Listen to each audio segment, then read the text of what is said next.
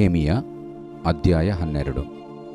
ಯೆರೂಸಲೇಮಿನ ಗೋಡೆಯನ್ನು ಪ್ರತಿಷ್ಠಿಸುವ ಸಮಯ ಬಂದಾಗ ಆಯಾ ಸ್ಥಳಗಳಲ್ಲಿದ್ದ ಲೇವಿಯರನ್ನು ಕೀರ್ತನ ಗಾಯನಗಳಿಂದಲೂ ತಾಳ ಸ್ವರಮಂಡಲ ಕಿನ್ನರಿ ಇವುಗಳಿಂದಲೂ ಪ್ರತಿಷ್ಠೆಯ ಉತ್ಸವವನ್ನು ಆಚರಿಸುವುದಕ್ಕಾಗಿ ಯೆರೂಸಲೇಮಿಗೆ ಕರೆಯಿಸಿದರು.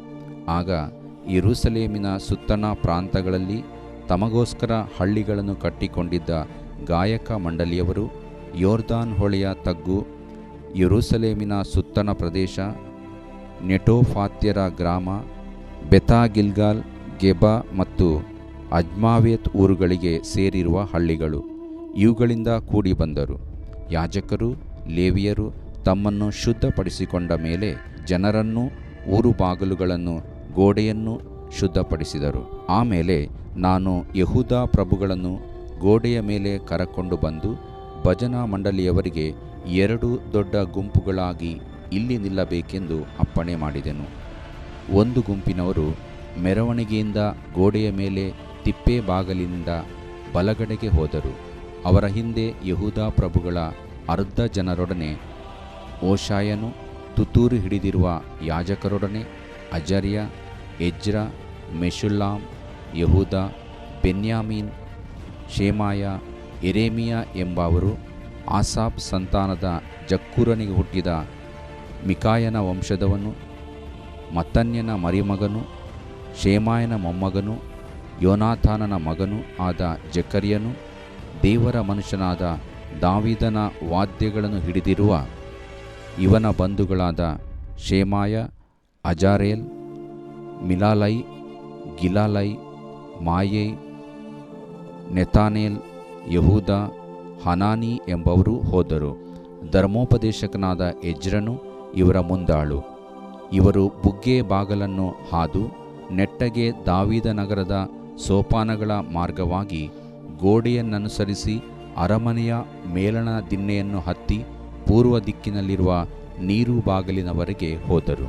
ಅವರನ್ನು ಎದುರುಗೊಳ್ಳುವ ಹಾಗೆ ಭಜನಾ ಮಂಡಳಿಯ 2ನೆಯ ಗುಂಪಿನವರು, ನಾನು ಉಳಿದ ಅರ್ಧ ಜನರು ಗೋಡೆಯ ಮೇಲೆ ಒಲೆ ಬುರುಜಿನಿಂದ ಅಗಲ ಗೋಡೆಯವರೆಗೂ, ಅಲ್ಲಿಂದ ಎಫ್ರಾಯಿಮ್ ಬಾಗಲು, ಯೇಷಾನ ಬಾಗಲು, ಮೀನು ಬಾಗಲು, ಹನಾನೇಲ್ ಬುರುಜು, ಹಮ್ಮೇಯ ಬುರುಜು ಇವುಗಳ ಮಾರ್ಗವಾಗಿ ಕುರಿ ಬಾಗಿಲಿನವರೆಗೂ ಹೋಗಿ ಸೆರೆಮನೆಯ ಬಾಗಿಲಿನ ಬಳಿಯಲ್ಲಿ ನಿಂತೆವು. 2 ಭಜನಾ ಮಂಡಳಿಯ ಗುಂಪಿನವರು, ನಾನು, ನನ್ನ ಜೊತೆಯಲ್ಲಿದ್ದ ಅರ್ಧ ಮಂದಿ ಅಧಿಕಾರಿಗಳು, ತುತ್ತೂರು ಹಿಡಿದಿರುವ ಯಾಜಕರಾದ ಎಲ್ಯಾಕೀಮ್, ಮಾಶೇಯ, ಮಿನ್ಯಾಮೀನ್, ಮೀಕಾಯ, ಎಲ್ಯೋವೇನೈ, ಜಕರ್ಯ, ಹನನ್ಯ ಇವರು, ಮಾಸೇಯ, ಶೇಮಾಯ, ಎಲ್ಲಾಜಾರ್, ಉಜ್ಜಿ, ಯೆಹೋಹಾನಾನ್, ಮಲ್ಕಿಯ, ಏಲಾಮ್, ಏಜೇರ್ ಎಂಬವರು ದೇವಾಲಯದ ಬಳಿಯಲ್ಲಿ ನಿಂತಿರಲು ಗಾಯಕರು ಹಾಡತೊಡಗಿದರು. ಇಜ್ರಾಹನು ಇವರ ನಾಯಕನು. ದೇವರು ತಮಗೆ ವಿಶೇಷ ಆನಂದವನ್ನುಂಟು ಮಾಡಿದ್ದರಿಂದ ಜನರು ಆ ದಿನದಲ್ಲಿ ಅನೇಕ ಯಜ್ಞಗಳನ್ನು ಸಮರ್ಪಿಸಿ ತಮ್ಮ ಹೆಂಡತಿ ಮಕ್ಕಳೊಡನೆ ಮಹೋತ್ಸವ ಮಾಡಿದರು. ಯೆರೂಸಲೇಮಿನ ಉತ್ಸವದ ಹರ್ಷಧ್ವನಿಯು ಬಹುದೂರದವರೆಗೂ ಕೇಳಿಸಿತು.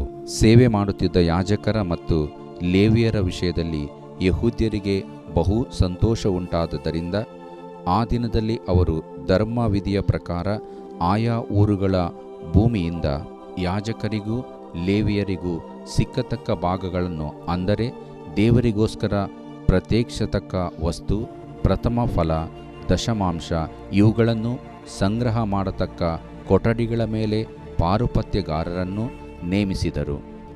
ಆ ಯಾಜಕರು ಲೇವಿಯರು ತಮ್ಮ ದೇವರ ಸೇವಾ ಸಂಬಂಧದಲ್ಲಿಯೂ ಶುದ್ಧೀಕರಣ ಸಂಬಂಧದಲ್ಲಿಯೂ ತಮ್ಮ ಕರ್ತವ್ಯವನ್ನು ಜಾಗರೂಕತೆಯಿಂದ ನೆರವೇರಿಸುತ್ತಿದ್ದರು. ಅವರಂತೆ ಗಾಯಕರು, ದ್ವಾರಪಾಲಕರೂ ಸಹ ದಾವೀದನಿಂದಲೂ ಅವನ ಮಗನಾದ ಸೊಲೊಮೋನನಿಂದಲೂ ಸ್ಥಾಪಿತವಾದ ಕ್ರಮಾನುಸಾರ ನಡೆಯುತ್ತಿದ್ದರು. ಗಾಯನ ಮಂಡಳಿಗಳು, ಕೃತಜ್ಞತಾಸ್ತುತಿ ಕೀರ್ತನೆಗಳ ದೇವಸೇವೆಯು ಪೂರ್ವಕಾಲದಲ್ಲಿ, ಅಂದರೆ ದಾವೀದನ ಮತ್ತು ಆಸಾಫನ ಕಾಲದಲ್ಲಿ ಇದ್ದವಷ್ಟೇ. ಜೆರುಬ್ಬಾಬೆಲ್, ನೆಹೆಮೀಯ ಇವರ ಕಾಲಗಳಲ್ಲಿ ಎಲ್ಲ ಇಸ್ರಾಯೇಲ್ಯರು ಗಾಯಕರಿಗೂ ದ್ವಾರಪಾಲಕರಿಗೂ ದಿನದಿನಕ್ಕೆ ಸಿಕ್ಕತಕ್ಕ ಭಾಗಗಳನ್ನು ಕೊಡುತ್ತಿದ್ದರು. ಇವರು ಅವುಗಳಲ್ಲಿ ದಶಮಾಂಶವನ್ನು ಲೇವಿಯರಿಗೂ, ಲೇವಿಯರು ತಮ್ಮದರಲ್ಲಿ ದಶಮಾಂಶವನ್ನು ಆರೋನನ ಮಕ್ಕಳಿಗೂ ಕೊಡುತ್ತಿದ್ದರು. ದೇವರು ಪ್ರೀತಿಸುವ ಪ್ರೀತಿಯ ಬಿಗ್ ಜೆ ಟಿ ವಿ ಪ್ರಿಯ ವೀಕ್ಷಕರಿಗೆ ನಮ್ಮ ಕರ್ತನಾದ ಯೇಸು ಕ್ರಿಸ್ತನ ಹೆಸರಿನಲ್ಲಿ ನಿಮ್ಮನ್ನು ವಂದಿಸಿ ಸ್ವಾಗತ ಬಯಸುತ್ತಿದ್ದೇವೆ. ಬನ್ನಿರಿ, ನಾವು ಇಂದು ಮತ್ತೊಂದು ವಾಕ್ಯ ಸಂದೇಶವನ್ನು ಅಥವಾ ವಾಕ್ಯ ಅಧ್ಯಯನವನ್ನು, ಸಂದೇಶಕ್ಕೂ ಅಧ್ಯಯನಕ್ಕೂ ವ್ಯತ್ಯಾಸ ಇದೆ. Preaching, teaching. ಯಾರೊಬ್ಬರು ಕೇಳಿದರು, ಪ್ರಸಂಗ ಅಥವಾ ಸಂದೇಶಕ್ಕೂ ಬೋಧನೆ ಉಪದೇಶಕ್ಕೂ ವ್ಯತ್ಯಾಸ ಏನಂತ ಹೇಳ್ಬಿಟ್ಟು, ಪ್ರಸಂಗ ಅಂತ ಹೇಳಿದರೆ ಹೀಗೆ ಮಾಡಿ, ಹೀಗೆ ಮಾಡ್ರಿ ಎಂಬುದಾಗಿ ಹೇಳೋದೇ ಪ್ರಸಂಗ, ಪ್ರೀಚಿಂಗ್. ಆದರೆ ಬೋಧನೆ ಏನಂದರೆ ಅದನ್ನು ಹೇಗೆ ಮಾಡೋದು ಎಂಬುದಾಗಿ ಹೇಳಿಕೊಡುವಂಥದ್ದೇ ಬೋಧನೆ. ಪ್ರಾರ್ಥನೆ ಮಾಡಿರಿ, ಪ್ರಸಂಗ. ಹೇಗೆ ಪ್ರಾರ್ಥನೆ ಮಾಡಬೇಕು, ಬೋಧನೆ. ಪ್ರೀತಿಸಿರಿ, ಪ್ರಸಂಗ, ಪ್ರೀಚಿಂಗ್. ಹೇಗೆ ಪ್ರೀತಿಸಬೇಕು ದೇವರನ್ನು, ನೆರೆಯವರನ್ನು, ಅಲ್ಲಿ ಬೋಧನೆ, ಟೀಚಿಂಗ್ ಬರ್ತದೆ. ಇರಲಿ, ಈಗ ನೆಹೆಮೀಯನ ಗ್ರಂಥ 12ನೇ ಅಧ್ಯಾಯವನ್ನು ನಾವು ಅಧ್ಯಯನ ಮಾಡಿಕೊಳ್ಳಲಿಕ್ಕಿದೆ. ಅದು ಸ್ವಲ್ಪ ದೊಡ್ಡ ಭಾಗವಾಗಿರೋದ್ರಿಂದ ಅದನ್ನು 2 ಭಾಗವನ್ನಾಗಿ ವಿಭಾಗಿಸಿ ಅಧ್ಯಯನ ಮಾಡಿಕೊಳ್ತೀವಿ. ಮೊದಲನೇ ಭಾಗ 12:1-26, ಎರಡನೇ ಭಾಗ, ಇಂದು 2ನೇ ಭಾಗ ನಾವು ನೋಡಿಕೊಳ್ಳಲಿಕ್ಕಿದ್ದೇವೆ 27-47 ಇರುವಂಥ ವಾಕ್ಯ ಭಾಗ.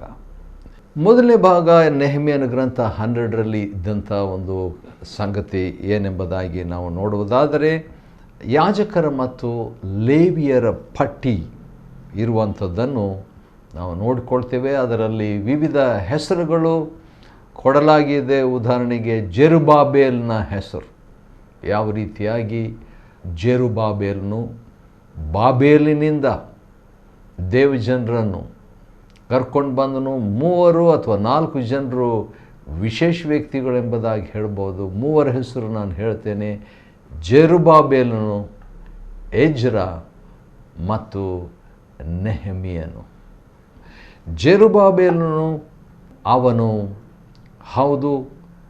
ದೇವಜನರನ್ನು ಕರ್ಕೊಂಡು ಬಂದು ದೇವಾಲಯವನ್ನು ಕಟ್ಟುವುದಕ್ಕೆ ಅವನು ಮುಖ್ಯ ಸಾಧಕನಾಗಿ ಇದ್ದನು, ಭಾಗವಹಿಸಿದನು. ಎಜ್ರನು ಕೂಡ ಅದೇ ರೀತಿಯಾಗಿ ದೇವಜನರನ್ನೇ ಕಟ್ಟುವುದಕ್ಕೆ, ದೇವಾಲಯವನ್ನು ಜೆರುಬಾಬೇಲ್ ಕಟ್ಟಿದರೆ ದೇವಜನರನ್ನೇ ಕಟ್ಟಿದಂಥ ವ್ಯಕ್ತಿ ಎಜ್ರನಾಗಿರ್ತಾನೆ. ಆದರೆ ಅದೇ ಸಂದರ್ಭದಲ್ಲಿ ನೆಹೆಮೀಯನು ತನಗೆ ಒಂದು ರಾಜಕೀಯ ಅಧಿಕಾರ ಇದ್ದುದರಿಂದ, ಅವನು ದೇಶಾಧಿಪತಿಯಾಗಿದ್ದರಿಂದ ಅವನು ಆ ಒಂದು ಅಧಿಕಾರ ಪಡ್ಕೊಂಡು ದೇಶದ ಸುತ್ತಲೂ ಒಂದು ದೊಡ್ಡ ಗೋಡೆಯನ್ನು, ಪೌಳಿ ಗೋಡೆಯನ್ನು ಕಟ್ತಾನೆ 52 ದಿವಸಗಳಲ್ಲಿ. ಈ ರೀತಿಯಾಗಿ ಜೆರುಬಾಬೇಲ್, ಎಜ್ರ, ನೆಹೆಮೀಯ ಇವರು ಈಗಾಗಲೇ ತಮ್ಮ ಒಂದು ಅಪರಾಧದ ನಿಮಿತ್ತವಾಗಿ ತಮ್ಮ ದೇವರಿಗೆ ದ್ರೋಹಿಗಳಾಗಿದ್ದರಿಂದ ಸೆರೆಯಾಗಿ 70 ವರ್ಷಗಳು ಒಯ್ಯಲ್ಪಟ್ಟು ಈಗ ಹಿಂದಿರುಗಿ ಬಂದಿದ್ದಾರೆ. ಬಂದಿದ್ದಾಗ ಒಬ್ಬೊಬ್ಬರಾಗಿ ಒಂದೊಂದಾಗಿ ಕುಟುಂಬವಾಗಿ ಕುಲ ಗೋತ್ರ ಈ ರೀತಿಯಾಗಿ ಅವರನ್ನು ಕಟ್ಟಲ್ಪಡುವಂಥದ್ದನ್ನು, ಸುಧಾರಣೆಯಾಗಿ ಸ್ಥಾಪಿಸಲ್ಪಡುವಂಥದ್ದನ್ನು ನಾವು ನೋಡ್ತೇವೆ. ಮತ್ತು ಅದರಲ್ಲಿ 3 ಹೆಸರು ನಾನು ಹೇಳಬೇಕು. ಎಲ್ಶೀಬಾ ಅಂತ ಹೇಳ್ಬಿಟ್ಟು ಒಬ್ಬ ಮಹಾಯಾಜಕರ ವಿಷಯದಲ್ಲಿ ನಾವು ನೋಡಿಕೊಳ್ಳುವಾಗ ಕ್ರಮಬದ್ಧವಾಗಿ ಆರೋನ್ ಕಾಲದಿಂದ ಹಿಡಿದು ಇರುವಂಥ ಮಹಾಯಾಜಕರ ಒಂದು ಪಟ್ಟಿಯನ್ನು ಇಸ್ರಾಯೇಲರು ಬಹಳ ಭಕ್ತಿಯಿಂದ ಗೌರವವಾಗಿ ಇಟ್ಟಿರ್ತಾರೆ. ಮತ್ತು ಹಾಗೆ ಮುಂದುವರೆದಾದರೆ ಯೆದುವ ಎಂಬುದಾಗಿ ಇನ್ನೊಬ್ಬ ಮಹಾಯಾಜಕನು, ಅವನ ಕಾಲದಲ್ಲಿನೇ 2-3 ರಾಜ್ಯ ಹಸ್ತಾಂತರವಾಗುವಂಥದ್ದನ್ನು ಕಂಡಂಥವನು. ಬಾಬೇಲ್ ಸಾಮ್ರಾಜ್ಯದಿಂದ ಪಾರಸಿ ಸಾಮ್ರಾಜ್ಯದ ನಂತರ ನಾವು ನೋಡುವಾಗ ಅಲೆಕ್ಸಾಂಡರ್ ಗ್ರೀಕ ಸಾಮ್ರಾಜ್ಯ, ಆ ಗ್ರೀಕ ಸಾಮ್ರಾಜ್ಯದ ಅಲೆಕ್ಸಾಂಡ್ರನು ಬಂದು ಈ ಯದ್ವಾ ಎಂಬ ಮಹಾಯಾಜಕನನ್ನು ಸಂಧಿಸಿ ಅಲೆಕ್ಸಾಂಡ್ರನ ಬಗ್ಗೆ ದಾನಿಯೇಲನು ಪ್ರವಾದಿಸಿರುವಂಥದ್ದನ್ನು ತಿಳ್ಕೊಂಡು ಹೋಗುವಂಥದ್ದರ ಕುರಿತಾಗಿ ಚರಿತ್ರೆಯಲ್ಲಿ ದಾಖಲೆ ಇದೆ. ದಾವೀದನ ಹೆಸರು ಕೂಡ ಅಲ್ಲಿರುವಂಥದ್ದನ್ನು ನಾವು ನೋಡ್ತೇವೆ. ಈಗ 27ರಿಂದ 47ರವರೆಗೆ ನೆಹೆಮ್ಯ 12 ಅಧ್ಯಯನ ಮಾಡಿಕೊಳ್ಳೋಣ. ಬನ್ನಿರಿ, ದೇವರು ನಮಗೆ ಸಹಾಯ ಮಾಡಲಿ. ಯೆರೂಸಲೇಮಿನ ಗೋಡೆಯನ್ನು ಪ್ರತಿಷ್ಠಿಸುವ ಸಮಯ ಬಂದಾಗ, ಗೋಡೆ ಅಂದರೆ ಚಿಕ್ಕ ಗೋಡೆ, ಕೆಲವು ಸರಿ ನಾವು ಕಾಂಪೌಂಡ್ ಗೋಡೆ ಕಟ್ತೀವಲ್ಲ, ಆ ರೀತಿಯಾಗಿರುವಂಥ 2-3 ದಿನದಲ್ಲಿ ಕಟ್ಟುವಂಥದ್ದಲ್ಲ. ಇದು ಭಾಳ ದೊಡ್ಡ ದೇಶ ಸುತ್ತಲೂ ಒಂದು ಗೋಡೆ ಕಟ್ಟಿ ಇರುವಂಥದ್ದನ್ನು ಕುರಿತಾಗಿ ಇಲ್ಲಿ ಹೇಳಲಾಗಿದೆ. ಅದು ಕೂಡ ರೆಕಾರ್ಡಾಗಿ 52 ದಿವಸಗಳಲ್ಲಿ ಅದನ್ನು ಕಟ್ಟಿಬಿಟ್ರು. ಆಶ್ಚರ್ಯ. ಹೌದು, ಆ ರೀತಿಯಾಗಿ ಕಟ್ಟಿದಂಥ ಈ ಗೋಡೆ ಅದನ್ನು ಹಾಗೆ ಕಟ್ಟಿಬಿಟ್ರು ಅಂತ ಹೇಳ್ಬಿಟ್ಟು ಸುಮ್ಮನೆ ಇರಲಿಲ್ಲ. ಆದರೆ ನೆಹೆಮ್ಯನು ದೇಶಾಧಿಪತಿಯಾಗಿದ್ದ, ರಾಜಕೀಯ ಅಧಿಕಾರ ಅವನಿಗಿತ್ತು. ಪಾರಸಿ ದೇಶದ ಸಾಮ್ರಾಜ್ಯದ ಅರಸನು ತಾನೇ ಪರ್ಮಿಷನ್ ಕೊಟ್ಟು, ಅನುಮತಿ ಕೊಟ್ಟು, ರೈಟಿಂಗ್ನಲ್ಲಿ ಬರೆದು ಕೊಟ್ಟಿದ್ದನ್ನು ಅದನ್ನು ತಕ್ಕೊಂಡು ಇವನು ತನ್ನ ಅಧಿಕಾರವನ್ನು ಉಪಯೋಗಿಸಿ ದೇವಜನರನ್ನು ಆತ್ಮೀಕವಾಗಿ ಭಕ್ತಿವಂತರನ್ನಾಗಿ ಮಾಡ್ತಾ ಇದ್ದಾನೆ. ಗೋಡೆ ಕಟ್ಟಿಬಿಟ್ಟಿದ್ದೀವಿ ಅಂತ ಹೇಳ್ಬಿಟ್ಟು ಸುಮ್ಮನೆ ಇರಲಿಲ್ಲ ನೆಹೆಮ್ಯನು. ಆ ಗೋಡೆಯನ್ನು ಈಗ ದೇವರಿಗೆ ಪ್ರತಿಷ್ಠಿಸಬೇಕು ಎಂಬುದಾಗಿ ಹೇಳ್ತಾನೆ. ಆಶ್ಚರ್ಯ, ನನಗಿದು ಆಶ್ಚರ್ಯನೇ. ಯಾಕಂತೇಳಿದರೆ ಪೌಳಿ ಗೋಡೆಯ ಪ್ರತಿಷ್ಠೆ. ಯಹೂದಿಗಳಲ್ಲಿ ಒಂದು ಅಭ್ಯಾಸ ಏನಂದರೆ, ಏನೇ ಮಾಡಿದರೂ ದೇವರಿಗೆ ಪ್ರತಿಷ್ಠೆ ಮಾಡ್ತಿದ್ರು ಅವರು. ಮೊದಲನೇದಾಗಿ ಮೊದಲನೇ ಮಗು ಹುಟ್ಟುತ್ತದೆ, ಏನು ಮಾಡ್ತಿದ್ರು? ದೇವರಿಗೆ ಪ್ರತಿಷ್ಠೆ ಮಾಡ್ತಿದ್ರು. ಒಂದು ಆಲಯ ಕಟ್ಟಿದ್ರು, ಹೌದು, ದೇವರಿಗೆ ಪ್ರತಿಷ್ಠೆ ಮಾಡ್ತಿದ್ರು. ಪ್ರಥಮ ಫಲ, ಗೋಧಿ, ರಾಗಿ, ಅದು ಜೋಳ, ಅದು ಏನೇ ಇರ್ಬೋದು, ಪ್ರಥಮ ಫಲವನ್ನು ದೇವರಿಗೆ ಕೊಟ್ಬಿಡ್ತಿದ್ರು. ಅದು ತರಕಾರಿ ಆಗಲಿ, ಹಣ್ಣಾಗಲಿ, ಯಾವುದೇ ಇದ್ರೂ ಕೂಡ ದೇವರಿಗೆ. ಒಂದು ವೇಳೆ ಮನುಷ್ಯರಲ್ಲಿ ಮೊದಲನೇದಾಗಿ ಹುಟ್ಟಿದ್ದು ದೇವರಿಗೆ. ಪ್ರಾಣಿಗಳಲ್ಲಿ ನೋಡೋಣ ಬನ್ನಿರಿ, ಏನಂತ ಬರೆದಿದೆ. ವಿಮೋಚನ ಕಾಂಡ ಒಂದು ವಾಕ್ಯ ನನಗೆ ನೆನಪಿಗೆ ಬರ್ತಾ ಇದೆ. 13ನೇ ಅಧ್ಯಾಯ ವಿಮೋಚನ ಕಾಂಡದಲ್ಲಿ, ಯೆಹೋವನು ಮೋಶೆಗೆ, ಇಸ್ರಾಯೇಲರು ತಮ್ಮೊಳಗಾಗಲಿ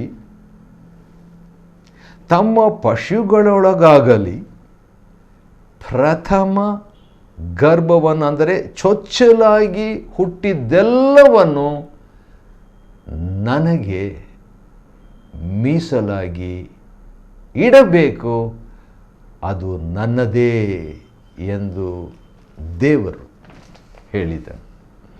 ಹೌದು, ದೇವರು ಆ ರೀತಿಯಾಗಿ ಹೇಳಿದಾಗ ದೇವರಿಗೆ ಹಕ್ಕಿದೆ. ಇನ್ನೊಂದು ಸಾರಿ ಹೇಳ್ತೀನಿ, ದೇವರಿಗೆ ಹಕ್ಕಿದೆ. ಯಾಕಂತ ಹೇಳಿದರೆ ಆತನು ಸೃಷ್ಟಿಕರ್ತನು ಸೃಷ್ಟಿಗಳಿಂದ ತಾನು ಕೊಟ್ಟದ್ದನ್ನು ತನಗೆ ಒಂದು ಭಾಗ ಕೊಡು ಅಂತ ಹೇಳೋದ್ರಲ್ಲಿ ಖಂಡಿತವಾಗಿ ನ್ಯಾಯ ಇದೆ. ಆತನಿಷ್ಟ, ಏನೋ ಉದ್ದೇಶ ಇದೆ. ಆದ ಕಾರಣ ಇಲ್ಲಿ ಕೂಡ ಗೋಡೆ ಕಟ್ಟಿದ ಮೇಲೆ, ಪೌಳಿ ಗೋಡೆ ಕಟ್ಟಿದ ಮೇಲೆ ಈಗ ದೇವರಿಗೆ ಅಂತ ಪ್ರತಿಷ್ಠೆ ಮಾಡ್ತಾ ಇದ್ದಾರೆ. 6ನೇ ಅಧ್ಯಾಯ 15ನೇ ವಚನ, ನೆಹೆಮ್ಯನ ಗ್ರಂಥದಲ್ಲಿ 52 ದಿವಸಗಳಲ್ಲಿ ಅದನ್ನು ಕಟ್ಟಿ ಮುಗಿಸಿದರು. ಆದರೆ ಈಗ ಪ್ರತಿಷ್ಠೆ ಮಾಡ್ತಾ ಇದ್ದಾರೆ. ಒಂದು ದೇವರ ವಾಕ್ಯ, ಈಗ ನಾವು ಅಧ್ಯಯನ ಮಾಡಿಕೊಳ್ತಿದ್ವಲ್ಲ, ದೇವರ ವಾಕ್ಯವನ್ನು ಕೂಡ ಅವರು ಪ್ರತಿಷ್ಠೆ ಪಡಿಸ್ತಾ ಇದ್ದರು. ಅದನ್ನು ಇಬ್ರಿಯ 9ರಲ್ಲಿ ನಾವು ನೋಡ್ತೇವೆ. 9:19 ಸುರುಳಿಯನ್ನು ಕೂಡ ಅವರು ಪ್ರೋಕ್ಷಿಸಿ ಪ್ರತಿಷ್ಠೆ ಪಡಿಸಿದ್ರಂತೆ. ಸರಿ, ಮುಂದೆ ನಾವು ಓದುವಾಗ ಹೇಗೆ ಪ್ರತಿಷ್ಠೆ ಪಡಿಸಿದ್ರು ಅಂತ ಹೇಳ್ಬಿಟ್ಟು ನೋಡುವಾಗ, ಲೇವಿಯರನ್ನು ಕರೆಸಿಬಿಟ್ಟು ಕೀರ್ತನೆಗಳಿಂದಲೂ, ತಾಳ, ಸ್ವರಮಂಡಲ, ಕಿನ್ನರಿ ಇವುಗಳಿಂದಲೂ ಪ್ರತಿಷ್ಠೆಯ ಉತ್ಸಾಹವನ್ನು ಆಚರಿಸುವುದಕ್ಕಾಗಿ ಯೆರೂಸಲೇಮಿಗೆ ಕರೆಯಿಸಿದರು. ಪ್ರಯಾಣ ಮಾಡಿ ಬರಬೇಕು, 2 ದಿವಸ 3 ದಿವಸ 4 ದಿವಸ ಪ್ರಯಾಣ. ಆಗಿನ ಕಾಲದಲ್ಲಿ ಟ್ರಾನ್ಸ್ಪೋರ್ಟು ಅಷ್ಟು ಸುಲಭವಾಗಿ ಇರಲಿಲ್ಲ. ನಮಗೆ ಈ ಇಂದು ನವೀನ ಕಾಲದಲ್ಲಿದ್ದ ಹಾಗೆ ಟ್ರೈನು, ಬಸ್ಸು, ಆಟೋ, ಫ್ಲೈಟು ಅಂತ ಹೇಳಿಬಿಟ್ಟು ಆ ದಿವಸಗಳಲ್ಲಿ ಹೆಚ್ಚಿನ ಅಂಶ ನಡ್ಕೊಂಡು ಹೆಚ್ಚು ಜನರು ಬರ್ತಿದ್ರು. ಆ ರೀತಿಯಾಗಿ ಹೋಗುವಾಗ ಯಾರಾದರೂ ರಸ್ತೆಯಲ್ಲಿ ಯಾಕೆ ಗುಂಪಾಗಿ ನೀವು ಹೋಗ್ತಿದ್ದೀರಿ ಎಂಬುದಾಗಿ ಯಾರೋ ಕೇಳಿದ್ರಂತ ಇಟ್ಕೊಳ್ರಿ, ಅಥವಾ ನೆರೆಯವರು ಅಥವಾ ಯಹೂದಿಗಳಲ್ಲದವರು ಕೇಳಿದಾಗ ನಾವು ಯೆರೂಸಲೇಮ್ನ ಗೋಡೆ ಪ್ರತಿಷ್ಠೆ ಮಾಡಲಿಕ್ಕಂತ ಹೋಗ್ತಿದ್ದೀವಿ ಅಂತ ಹೇಳಿದಾಗ ಬಹುಶಃ ಅವರಿಗೆ ನಗುನೇ ಬಂದಿರ್ಬೋದು. ಇದೇನು ಗೋಡೆ ಪ್ರತಿಷ್ಠೆ ಮಾಡಲಿಕ್ಕೆ ಗುಂಪಾಗಿ ಸಾವಿರಾರು ಜನರ ಗಟ್ಟಲೆಯಲ್ಲಿ ಮಕ್ಕಳು, ಕುಟುಂಬವಾಗಿ ಮಹಿಳೆಯರು, ಮಕ್ಕಳು ಎಲ್ಲರೂ ಹೋಗ್ತಿದ್ದೀರಲ್ಲ ಅಂತ ಹೇಳ್ಬಿಟ್ರು. ಸರಿ, ಅವರ ಪದ್ಧತಿ ಆ ರೀತಿಯಾಗಿತ್ತು. ಅವರ ಶಿಸ್ತು, ಪದ್ಧತಿ ಅನ್ನೋಕ್ಕಿಂತಲೂ ಶಿಸ್ತು ಅಂತ ಹೇಳ್ಬೋದು. ಈ ರೀತಿಯಾಗಿ ಬೇರೆ ಬೇರೆ ಊರುಗಳಿಂದ, ಹಳ್ಳಿಗಳಿಂದ ಬಂದರು. ಕೆಲವರು ತಮಗೋಸ್ಕರವಾಗಿ ಹಳ್ಳಿಗಳನ್ನು ಕಟ್ಟಿಕೊಂಡಿದ್ರಂತೆ, ಕೆಲವರು ಹಾಡುಗಾರರು, ವಿಶೇಷವಾಗಿ 28ನೇ ವಚನ. ಅದಾದ ನಂತರ ಅವರೆಲ್ಲರೂ ಕೂಡಿ ಬಂದರು. ಯಾಜಕರು, ಲೇವಿಯರು ತಮ್ಮನ್ನು ಶುದ್ಧಪಡಿಸಿಕೊಂಡ ಮೇಲೆ, ಮೊದಲು ಯಾಜಕರೇ ಬಂದರು, ಅವರ ಕುಟುಂಬದವರು ಬರಲಿಲ್ಲ. ಆದರೂ ಕೂಡ ದೊಡ್ಡ ಗುಂಪು ತಮ್ಮನ್ನು ಶುದ್ಧಪಡಿಸಿಕೊಂಡ ಮೇಲೆ ಜನರನ್ನು, ಊರು ಬಾಗಿಲುಗಳನ್ನು, ಗೋಡೆಯನ್ನು ಶುದ್ಧಪಡಿಸಿದರು. ವಾವ್! ಜನರು ಬಂದರು. ಮೊದಲು ಏನು ಮಾಡಿದ್ರು ಇವರು? ತಮ್ಮನ್ನು ಶುದ್ಧ ಮಾಡಿಕೊಂಡ್ರು. ತಮ್ಮನ್ನು ಶುದ್ಧ ಮಾಡಿಕೊಂಡ ಮೇಲೆ ಏನು ಮಾಡಿದರು?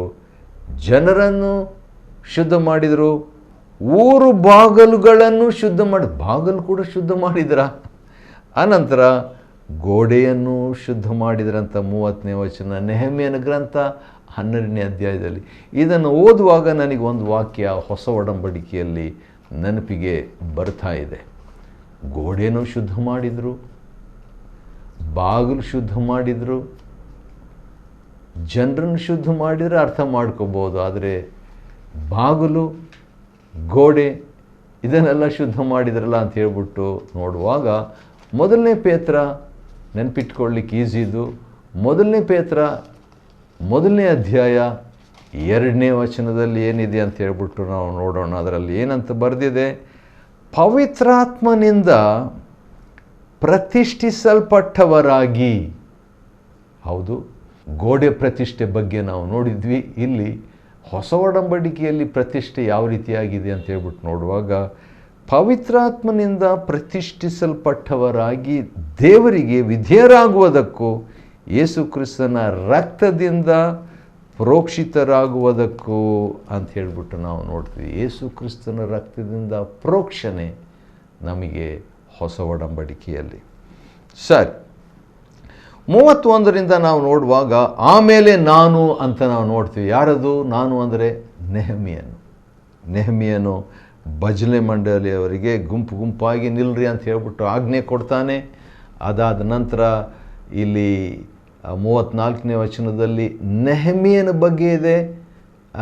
ಎಜ್ರನ ಬಗ್ಗೆ ಕೂಡ 34-33 ವಚನದಲ್ಲಿ ಎಜ್ರ, ನೆಹೆಮ್ಯ. ಇಲ್ಲಿ ಎಜ್ರ ಅಂದ ತಕ್ಷಣ ನಮ್ಮ ನೆಹೆಮ್ಯನ ಪುಸ್ತಕದ ಹಿಂದೆ ಇರುವಂಥ ಎಜ್ರ ಅಂತ ತಿಳ್ಕೊಬಾರ್ದು. ಯೆರೆಮೀಯ ಅಂತ ತಕ್ಷಣ ನಾವು ಯಾರು ನಮ್ಮ ಪ್ರವಾದಿಯಾದ ಯೆರೆಮೀಯ ಅಂತ ತಿಳ್ಕೊಬಾರ್ದು. ಯಾಕಂದರೆ ಬೈಬಲ್ನಲ್ಲಿ 9 ಯೆರೆಮೀಯಗಳು ಇದ್ದಾರೆ, 3 ಎಜ್ರಂದರು ಇದ್ದಾರೆ. ಆದ ಕಾರಣ ಸೇಮ್ ವ್ಯಕ್ತಿ ಅಲ್ಲ, ಇದು ಬೇರೆ ವ್ಯಕ್ತಿಯ ಹೆಸರು. ಅನಂತರ 36ನೇ ವಚನದಲ್ಲಿ ನೋಡುವಾಗ ದೇವರ ಮನುಷ್ಯನಾದ ದಾವೀದನು ಅಂತಿದೆ. ದೇವರ ಮನುಷ್ಯನಾದ ದಾವೀದನು ಯಾವುದು ನಾವು ಸಾಮಾನ್ಯವಾಗಿ ಅದು ತಗೊಳ್ತೀವಿ, ಆದರೆ ಇಲ್ಲಿ ದೇವರ ಮನುಷ್ಯನಂತ. ಎಜ್ರನ ಬಗ್ಗೆ ಹೇಳಿದಾಗ 36ನೇ ವಚನದ ಧರ್ಮೋಪದೇಶಕನಾದ ಎಜ್ರನು, ಇವನು ಒರಿಜಿನಲ್ ಎಜ್ರ, ಆದರೆ ಇದೇ ಹೆಸರು ಇಟ್ಕೊಂಡಂಥ ಇನ್ನೊಬ್ಬ ಯಾಜಕನು 33ನೇ ವಚನದಲ್ಲಿದ್ದಾರೆ, ಅದು ಬೇರೆ. ಮತ್ತು ಭಜನಾ ಮಂಡಳಿಯ ಬಗ್ಗೆ 38ನೇ ವಚನ ಭಜನಾ ಮಂಡಳಿ, 40ನೇ ವಚನ ಭಜನಾ ಮಂಡಳಿ, ಮತ್ತು 31ನೇ ವಚನ ಭಜನಾ ಮಂಡಳಿ. ಈ ರೀತಿಯಾಗಿ ಭಜನೆಗೆ, ಹಾಡಿಗೆ ಭಾಳ ಪ್ರಾಮುಖ್ಯತೆ ನೆಹಮ್ಯನ ಕೊಟ್ಟನಂತ ನಾವು ಇದರಲ್ಲಿ ನೋಡ್ತೇವೆ. ಮತ್ತು ಅವರೆಲ್ಲರಿಗೂ ಸೇರಿ ನಿಂತು 31ನೇ ವಚನ ನಿಂತುಕೊಂಡು, 39ನೇ ವಚನ ನಿಂತುಕೊಂಡು, 42ನೇ ವಚನ ನಿಂತುಕೊಂಡು ಶಿಸ್ತು ಭಾಳ ಪಾಲಿಸ್ತಾ ಇದ್ರು. ನಿಂತುಕೊಂಡು ಭಜನೆ ಮಾಡಿದಾಗ ಆ ದಿನದಲ್ಲಿ ಅನೇಕ ಯಜ್ಞಗಳನ್ನು ಸಮರ್ಪಿಸಿ ತಮ್ಮ ಹೆಂಡತಿ ಮಕ್ಕಳೊಡನೆ, 43ನೇ ವಚನ ನಾನು ಹೇಳಿದ್ನಲ್ಲ, ಹೆಂಡತಿ ಮಕ್ಕಳನ್ನೂ ಕರ್ಕೊಂಡು ಹೋಗ್ತಿದ್ರಲ್ಲ ಗೋಡೆ ಪ್ರತಿಷ್ಠೆಗೆ. ಹೌದು, ಯೆರೂಸಲೇಮಿನ ಮಹೋತ್ಸವ ಮಾಡಿದರು. ಯೆರೂಸಲೇಮಿನ ಉತ್ಸವದ ಹರ್ಷಧ್ವನಿಯು ಬಹುದೂರದವರೆಗೆ ಕೇಳಿಸ್ತಾ ಇತ್ತಂತೆ. ಈ ರೀತಿಯಾಗಿ ಯಾಜಕರು ಸೇವೆ ಮಾಡ್ತಾ ಇದ್ದದ್ದರ ಮುಖಾಂತರವಾಗಿ ಬಹು ಸಂತೋಷ ದೇವಜನರಿಗೆ ಉಂಟಾಯಿತು. 44ನೇ ವಚನ ಪ್ರಕಾರವಾಗಿ. ಹೌದು, ಮತ್ತು ಗಾಯಕರು 45ನೇ ವಚನ, 46ನೇ ವಚನ ಗಾಯನ ಮಂಡಳಿ ಮತ್ತೆ ಬರ್ತದೆ, 47ನೇ ವಚನ ಗಾಯಕರಿಗೋಸ್ಕರ. ಈ ರೀತಿಯಾಗಿ ನೋಡುವಾಗ ಹಾಡಿಗೆ, ಸ್ತೋತ್ರಕ್ಕೆ ಮಹತ್ವ ಕೊಡ್ತಿದ್ರು. ಮತ್ತು 47ನೇ ವಚನದಲ್ಲಿ ನಾವು ನೋಡುವಾಗ ಆ ದಶಮಭಾಗ ಒಬ್ಬರಿಗೆ ಕೊಟ್ಟಾಗ ಅವ್ರು ಇನ್ನೊಬ್ಬರಿಗೆ ಆ ಥರ ಚೈನ್ ಸರಣಿ ದಶಮಭಾಗ ಕೊಡುವಂಥದ್ರ ಕುರಿತಾಗಿ ಕೂಡ ನಾವು ನೋಡ್ಕೊಳ್ತೇವೆ ರೀ. ಆ ರೀತಿಯಾಗಿ ಮುಕ್ತಾಯವಾಗ್ತದೆ ನೆಹಮ್ಯನ ಗ್ರಂಥ 12ನೇ ಅಧ್ಯಾಯ. ನೆಹಮ್ಯನ ಗ್ರಂಥ 12ನೇ ಅಧ್ಯಾಯವನ್ನು ಅಧ್ಯಯನ ಮಾಡಿಕೊಳ್ಳುವಂತೆ ದೇವರು ಕೊಟ್ಟ ಕೃಪೆಗಾಗಿ ಆತನಿಗೆ ಸ್ತೋತ್ರವಾಗಲಿ. ದೇವರು ನಿಮ್ಮನ್ನು ಆಶೀರ್ವದಿಸಲಿ.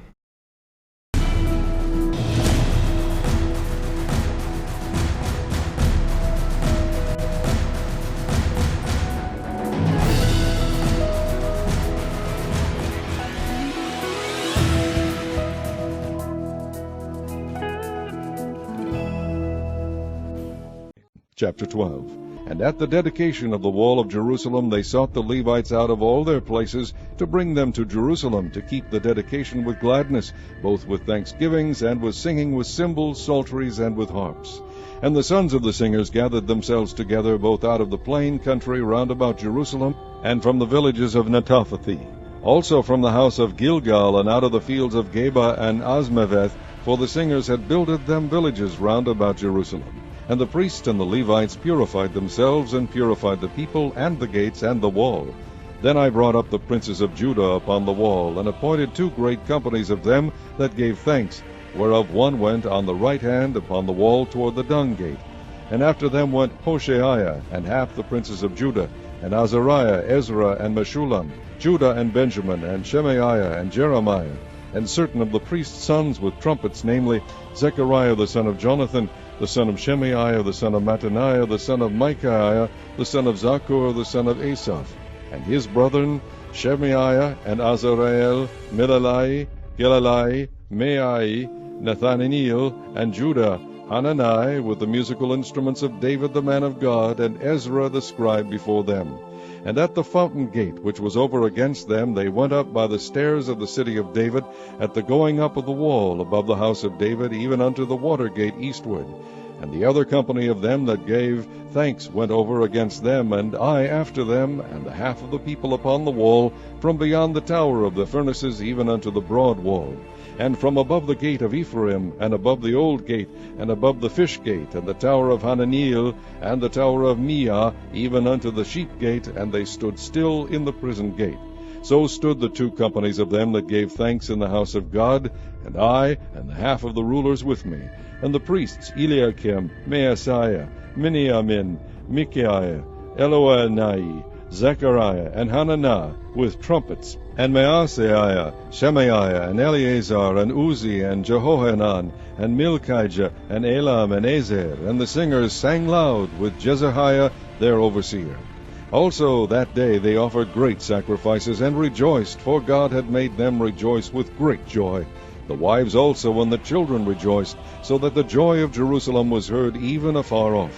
And at that time were some appointed over the chambers for the treasures, for the offerings, for the first fruits, and for the tithes, to gather into them out of the fields of the cities the portions of the law for the priests and Levites. For Judah rejoiced for the priests, and for the Levites that wanted. And both the singers and the porters kept the ward of their God, and the ward of the purification, according to the commandment of David and of Solomon his son. For in the days of David and Asaph of old there were chief of the singers, and songs of praise and thanksgiving unto God. And all Israel in the days of Zerubbabel and in the days of Nehemiah gave the portions of the singers and the porters every day his portion, and they sanctified holy things unto the Levites, and the Levites sanctified them unto the children of Aaron.